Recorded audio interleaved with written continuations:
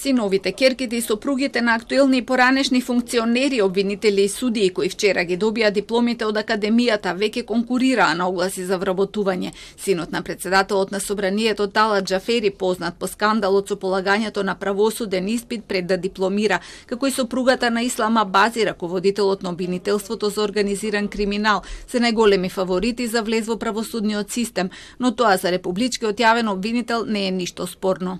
Треба да се даде шанса тие луѓе завршиле соодветно образование и ги исполнуваат сите законски услови да можат во соодветна постапка да бидат избрани за судии и јавни обвинители. Покрај Џаферија Бази дипломи вчера зема и Симона Муцунска, сопруга на градоначалникот на аеродром Тимчо Муцунски, која се подготвува за судијка, и Етмир Беџети, син на судијата во апелацискиот суд Енвер Беџети, Билјана Иванова, снаа на генералната секретарка на Собранието Цветанка Иванова, Билјана Смаќовска, керка на пензионираната обвинителка Гордана Смаќовска, Драган Јосифовски, син на обвинителката Елизабета Јосифовска, која своевремено и беше заменичка на Катица Јанева во СЈО.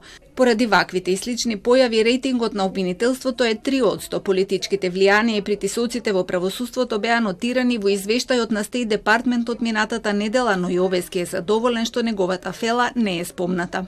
Нема критики во делот на постапувањето на обвинителството, но да бидам сосема искрен, нема ниту похвалби.